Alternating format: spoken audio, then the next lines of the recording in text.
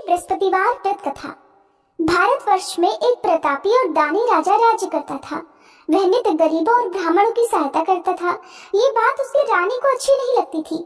वो न ही गरीबों को दान देती और न ही भगवान का पूजन करती थी और राजा को भी दान देने से मना किया करती थी। एक दिन राजा शिकार खेलने वन को गए हुए थे तो रानी महल में अकेली थी।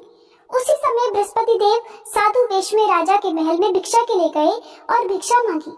रानी ने भिक्षा देने से इनकार कर दिया और कहा, हे साधु महाराज, मैं तो इस दान पुण्य से तंग आ गई हूँ। मेरा पति सारा धन लुटाते रहते हैं।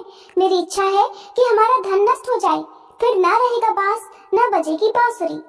साधु ने कहा, देवी तुम तो बड़ी विचित्र हो। धन संतान तो सभी चाहते हैं, पुत्र और लक्ष्मी तो पापी के घर भी होने चाहिए। यदि तुम्हारे पास अधिक धन है तो भूखों को भोजन दो, प्यासों के लिए प्याऊ बनवाओ, मुसाफिरों के लिए धर्मशालाएं खुलवाओ। जो निर्धन अपनी कुंवारी कन्याओं का विवाह नहीं कर सकते उनका विवाह करा दो। ऐसे और कई काम हैं जिनके करने से तुम्हारा यश लोक परलोक में फैलेगा। परंतु रानी पर उपदेश का कोई प्रभाव न पड़ा। कहने लगी, महाराज आप मुझे कुछ मत समझाइए। मैं ऐसा धन नहीं चाहती जो हर जगह बांटती फिरूं। साधु ने उत्तर दिया कि यदि तुम्हारी ऐसी इच्छा है तो तथास्तु। तुम ऐसा करना कि बृहस्पतिवार को घर लीपकर पीली मिट्टी से अपना सिर धोकर स्नान करना, भट्टी चढ़ाकर कपड़े धोना। ऐसा करने से आपका सारा धन नष्ट हो जाएगा। इतना कहकर वह साधु महाराज वहां से आलोप हो गए। साधु के कहे अनुसार बातों को पूरा करते करते रानी को केवल 3 बृहस्पतिवार ही बीते थे कि उसकी समस्त धन संपत्ति नष्ट हो गई। अब भोजन के लिए राजा का परिवार तरसने लगा। तब एक दिन राजा ने रानी से कहा, हे रानी, तुम यही रहो, मैं दूसरे देश को जाता हूँ, क्योंकि यहाँ पर सभी लोग मुझे जानते हैं, इसलिए मैं कोई छोटा काम नहीं कर सकता। ऐसा कहकर राजा परदेश चला गया। वहाँ वह जंगल से लकड़ी काट कर लाता और शहर में बेचता। इस तरह से वह अपना जीवन व्यतीत करने लगा। इधर राजा के परदेश जाते ही रानी और दासी दुखी रहने लगी। एक बार जब रानी और दासी को 7 दिन तक बिना भोजन के रहना पड़ा तो रानी ने अपनी दासी से कहा, हे दासी, पास ही के नगर में मेरी बहन रहती है, वह बड़ी धनवान है, तू उसके पास जा और कुछ ले आ ताकि थोड़ी बहुत गुजर बसर हो जाए। दासी रानी की बहन के पास गई। उस दिन गुरुवार था और रानी की बहन उस समय बृहस्पतिवार व्रत की कथा सुन रही थी। दासी ने रानी की बहन को अपनी रानी का संदेश दिया, लेकिन रानी की बहन ने कोई उत्तर नहीं दिया। जब दासी को रानी की बहन से कोई उत्तर नहीं मिला तब वह बहुत दुखी हुई। उसे क्रोध भी आया। दासी ने वापस आकर रानी को सारी बात बता दी। सुनकर रानी ने अपने भाग्य को कोसा। उधर रानी की बड़ी बहन ने सोचा कि मेरी बहन की दासी आई थी, परंतु मैं उससे नहीं बोली, इससे वह बहुत दुखी हुई होगी। कथा सुनकर और पूजन समाप्त करके वह अपनी बहन के घर आई और कहने लगी, हे बहन, मैं बृहस्पतिवार का व्रत कर रही थी। तुम्हारी दासी मेरे घर आई थी, परंतु जब तक कथा होती है तब तक न तो उठते हैं और न ही बोलते हैं, इसलिए मैं नहीं बोली। कहो दासी क्यों गई थी? रानी बोली, बहन तुमसे क्या छुपाऊं, हमारे घर में खाने तक को नाज नहीं था। ऐसा कहते कहते रानी की आंखें भर आई। उसने दासी समेत पिछले 7 दिनों से भूखे रहने की बात अपनी बहन को विस्तार पूर्वक सुना दी। रानी की बहन बोली, देखो बहन, भगवान बृहस्पति देव सबकी मनोकामना पूर्ण करते हैं। देखो शायद तुम्हारे घर में अनाज रखा हो। पहले तो रानी को विश्वास नहीं हुआ, पर बहन के आग्रह करने पर उसने अपनी दासी को घर के अंदर भेजा तो उसे सचमुच अनाज से भरा हुआ एक घड़ा मिल गया। ये देखकर दासी को बड़ी हैरानी हुई। दासी रानी से कहने लगी, हे रानी, जब हमको भोजन नहीं मिलता तो हम व्रत ही तो करते हैं, इसलिए क्यों न इनसे व्रत की कथा और विधि पूछ ली जाए ताकि हम भी व्रत कर सके। तब रानी ने अपनी बहन से बृहस्पतिवार व्रत के बारे में पूछा। उसकी बहन ने बताया, बृहस्पतिवार के व्रत में चने की दाल और मुनक्का से विष्णु भगवान का केले की जड़ में पूजन करें, दीपक जलाएं, व्रत कथा सुने और पीला भोजन ही करें। इससे बृहस्पति देव प्रसन्न होते हैं। व्रत और पूजन विधि बताकर रानी की बहन अपने घर को लौट गई। 7 दिन के बाद जब गुरुवार आया तो रानी और दासी ने व्रत रखा। गुड़साल में जाकर चना और गुड़ लेकर आई, फिर उससे केले की जड़ तथा विष्णु भगवान का पूजन किया। अब पीला भोजन कहाँ से आए, इस बात को लेकर दोनों बहुत दुखी थे। क्योंकि उन्होंने व्रत रखा था इसलिए बृहस्पति देव उनसे प्रसन्न थे। इसलिए वे एक साधारण व्यक्ति का रूप धारण कर 2 थालों में सुंदर पीला भोजन दासी को दे गए। भोजन पाकर दासी प्रसन्न हुई और फिर रानी के साथ मिलकर भोजन ग्रहण किया। उसके बाद वे सभी गुरुवार को व्रत और पूजन करने लगी। बृहस्पति भगवान की कृपा से उनके पास फिर से धन संपत्ति आ गई, परंतु रानी फिर से पहले की तरह आलस्य करने लगी। तब दासी बोली, देखो रानी, तुम पहले भी इसी प्रकार आलस्य करती थी। तुम्हें धन रखने में कष्ट होता था, इस कारण सभी धन नष्ट हो गया, और अब जब भगवान बृहस्पति की कृपा से धन मिला है तो तुम्हें फिर से आलस्य होता है।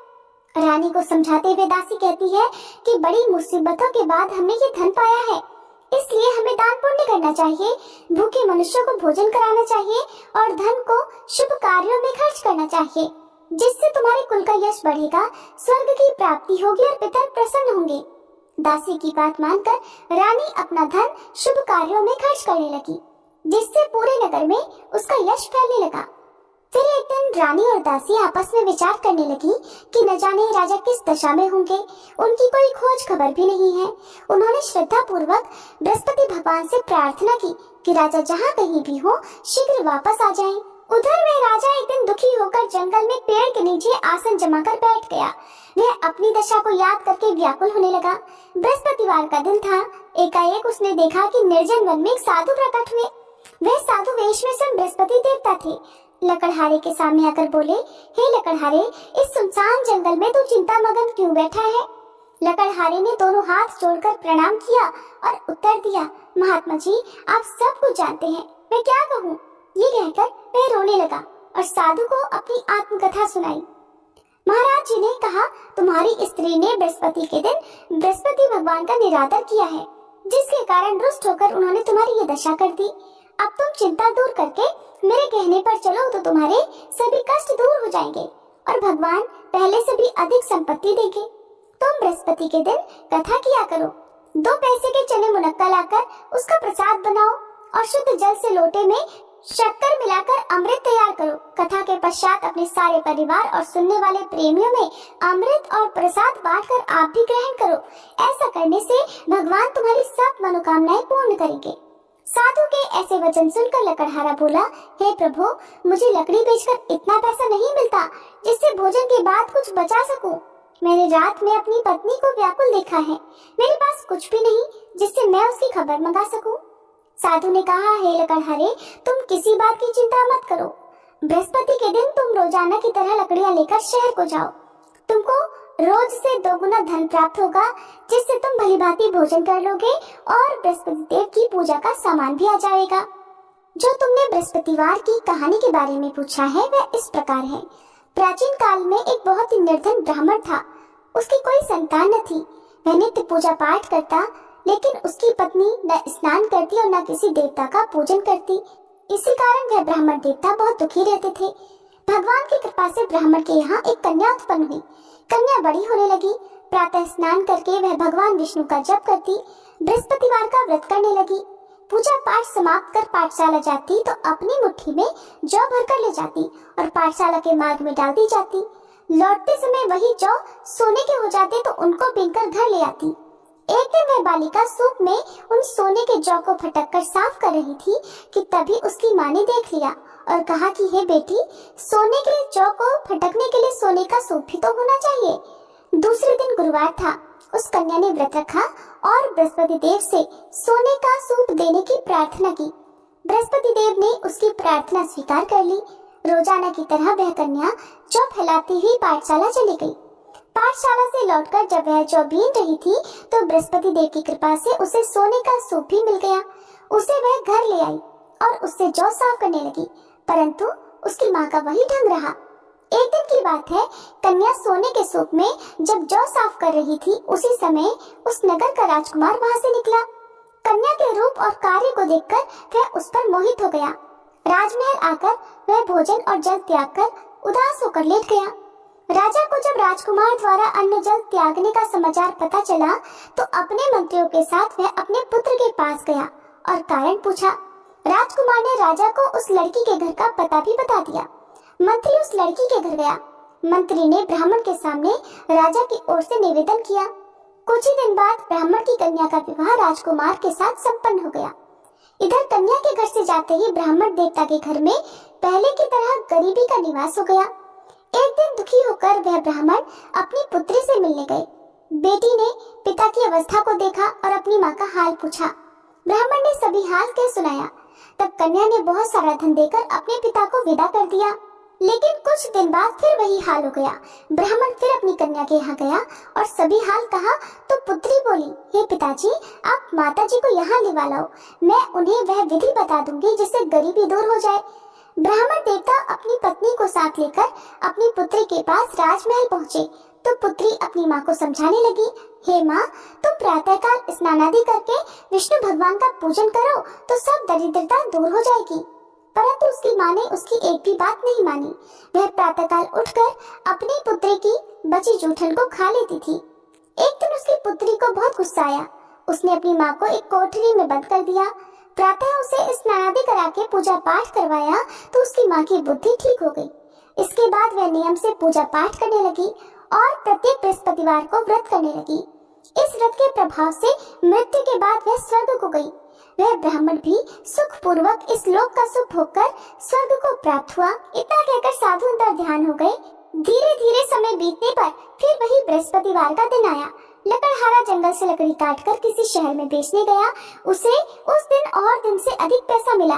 राजा ने चना गुड़ आदि लाकर गुरुवार का व्रत किया। उस दिन से उसके सभी क्लेश दूर हुए। परंतु जब दोबारा गुरुवार का दिन आया तो बृहस्पतिवार का व्रत करना भूल गया। इस कारण बृहस्पति भगवान नाराज हो गए। उस दिन उस नगर के राजा ने विशाल यज्ञ का आयोजन किया था और शहर में ये घोषणा कर दी कि कोई भी मनुष्य अपने घर में भोजन न बनाए, न आग जलाए। समस्त जनता मेरे यहाँ भोजन करने आए। इस आज्ञा को जो न मानेगा उसे फांसी की सजा दी जाएगी। इस तरह की घोषणा संपूर्ण नगर में करवा दी गई। राजा की आज्ञा अनुसार शहर के सभी लोग भोजन करने गए, लेकिन लकड़हारा कुछ देर से पहुंचा, इसलिए राजा उसको अपने साथ घर लिवा ले गए और ले जाकर भोजन करा रहे थे तो रानी की दृष्टि उस खूंटी पर पड़ी जिस पर उसका हार लटका हुआ था। वह वहां पर नहीं दिखाई दिया। रानी ने निश्चय किया कि मेरा हार इसी मनुष्य ने चुरा लिया है। उसी समय सिपाहियों को बुलाकर उसको कारागार में डलवा दिया। जब लकड़हारा कारागार में पड़ गया और बहुत दुखी होकर विचार करने लगा कि न जाने कौन से पूर्व जन्म के कर्म से मुझे यह दुख प्राप्त हुआ है, और उसी साधु को याद करने लगा जो कि जंगल में मिला था। उसी समय तत्काल बृहस्पति देव साधु के रूप में प्रकट हुए और उसकी दशा को देखकर कहने लगे, अरे मूर्ख, तूने बृहस्पति देव की कथा नहीं करी, इस कारण तुझे ये दुख प्राप्त हुआ है। अब चिंता मत कर, बृहस्पतिवार के दिन कारागार के दरवाजे पर 4 पैसे पड़े मिलेंगे। उनसे तू बृहस्पति देव की पूजा करना, तेरे सभी कष्ट दूर हो जाएंगे। बृहस्पति के दिन उसे 4 पैसे मिले। लकड़हारे ने कथा कही। उसी रात को बृहस्पति देव ने उस नगर के राजा को स्वप्न में कहा, हे राजा, तुमने जिस आदमी को कारागार में बंद कर दिया है वह निर्दोष है, वह राजा है, उसे छोड़ देना। रानी का हार उसी खूंटी पर लटका है। अगर तू ऐसा नहीं करेगा तो मैं तेरे राज्य को नष्ट कर दूंगा। इस तरह रात के स्वप्न को देखकर राजा प्रातःकाल उठा और खूंटी पर हार देखकर लकड़हारे को बुलाकर क्षमा मांगी और लकड़हारे को योग्य सुंदर वस्त्र आभूषण देकर विदा कर दिया। बृहस्पति देव की आज्ञा अनुसार लकड़हारा अब अपने नगर को चल दिया। राजा जब अपने नगर के निकट पहुंचा तो उसे बड़ा आश्चर्य हुआ। नगर में पहले से अधिक बाग, तालाब, कुएं तथा बहुत सी धर्मशाला, मंदिर आदि बन गई हैं। राजा ने पूछा, ये किसका बाग और धर्मशाला है? तब नगर के सब लोग कहने लगे, ये सब रानी और बांदी के हैं। तो राजा को आश्चर्य हुआ और गुस्सा भी आया। जब रानी ने ये खबर सुनी कि राजा आ रहे हैं तो उन्होंने बांदी से कहा, हे दासी, देख, राजा हमको कितनी बुरी हालत में छोड़ गए थे। हमारी ऐसी हालत देखकर वो लौट ना जाए, इसलिए तू दरवाजे पर खड़ी हो जा। आज्ञा अनुसार दासी दरवाजे पर खड़ी हो गई। राजा आए तो उन्हें अपने साथ लिवा लाई। तब राजा ने क्रोध करके अपनी रानी से पूछा कि ये धन तुम्हें कैसे प्राप्त हुआ है? तब उन्होंने कहा, हमें ये सब धन बृहस्पति देव के इस व्रत के प्रभाव से प्राप्त हुआ है। अब राजा ने निश्चय किया कि 7 रोज बाद तो सभी बृहस्पति देव का पूजन करते हैं, परंतु मैं प्रतिदिन दिन में 3 बार कहानी और रोज व्रत किया करूंगा। अब हर समय राजा के दुपट्टे में चने की दाल बंधी रहती और दिन में 3 बार कहानी कहता। एक रोज राजा ने विचार किया कि चलो अपनी बहन के यहाँ हो आए। इस तरह निश्चय कर राजा घोड़े पर सवार होकर अपनी बहन के यहाँ को चलने लगा। मार्ग में उसने देखा कि कुछ आदमी एक मुर्दे को लिए जा रहे हैं। उन्हें रोककर राजा कहने लगा, अरे भाइयों, मेरी बृहस्पति देव की कथा सुन लो। वे बोले, लो हमारा तो आदमी मर गया है, इसको अपनी कथा की पड़ी है। परंतु कुछ आदमी बोले, अच्छा कहो, हम तुम्हारी कथा भी सुनेंगे। राजा ने दाल निकाली और जब कथा आधी हुई थी कि मुर्दा हिलने लग गया, और जब कथा समाप्त हो गई तो राम राम करके वह मनुष्य उठकर खड़ा हो गया। आगे मार्ग में उसे एक किसान खेत में हल चलाता मिला। राजा ने उसे देखा तो उससे बोले, अरे भैया, तुम मेरी बृहस्पतिवार की कथा सुन लो। किसान बोला, जब तक मैं तेरी कथा सुनूंगा तब तक 4 हरैया जोत लूंगा। जा अपनी कथा किसी और को सुनाना। इस तरह राजा आगे चलने लगा। राजा के हटते ही बैल पछाड़ खाकर गिर गए और उस किसान के पेट में बड़ी जोर का दर्द होने लगा। उसी समय उसकी माँ रोटी लेकर आई। जब उसने ये देखा तो अपने पुत्र से सब हाल पूछा और बेटे ने सभी हाल कह दिया। तो बुढ़िया दौड़ी दौड़ी उस घुड़सवार के पास गई और उससे बोली कि मैं तेरी कथा सुनूंगी, तू अपनी कथा मेरे खेत पर चलकर ही कहना। राजा ने बुढ़िया के खेत पर जाकर कथा कही, जिसके सुनते ही बैल उठ खड़े हुए और किसान के पेट का दर्द भी बंद हो गया। राजा अपनी बहन के घर पहुंचा। बहन ने भाई की खूब मेहमानी की। दूसरे रोज प्रातःकाल राजा जगा तो वह देखने लगा कि सब लोग भोजन कर रहे हैं। राजा ने अपनी बहन से कहा, ऐसा कोई मनुष्य है जिसने भोजन ना किया हो, मेरी बृहस्पतिवार की कथा सुन ले। बहन बोली, है भैया, ये देश ऐसा ही है। पहले यहाँ लोग भोजन करते हैं, बाद में अन्य काम करते हैं। अगर कोई पड़ोस में हो तो देखाओ। वो ऐसा कहकर देखने चली गई, परंतु उसे ऐसा कोई व्यक्ति नहीं मिला जिसने भोजन ना किया हो। अतः वह एक कुम्हार के घर गई जिसका लड़का बीमार था। उसे मालूम हुआ कि उनके यहाँ 3 रोज से किसी ने भोजन नहीं किया है। रानी ने अपने भाई की कथा सुनने के लिए कुम्हार से कहा। वह तैयार हो गया। राजा ने जाकर बृहस्पतिवार की कथा कही, जिसको सुनकर उसका लड़का ठीक हो गया। अब तो राजा की प्रशंसा होने लगी।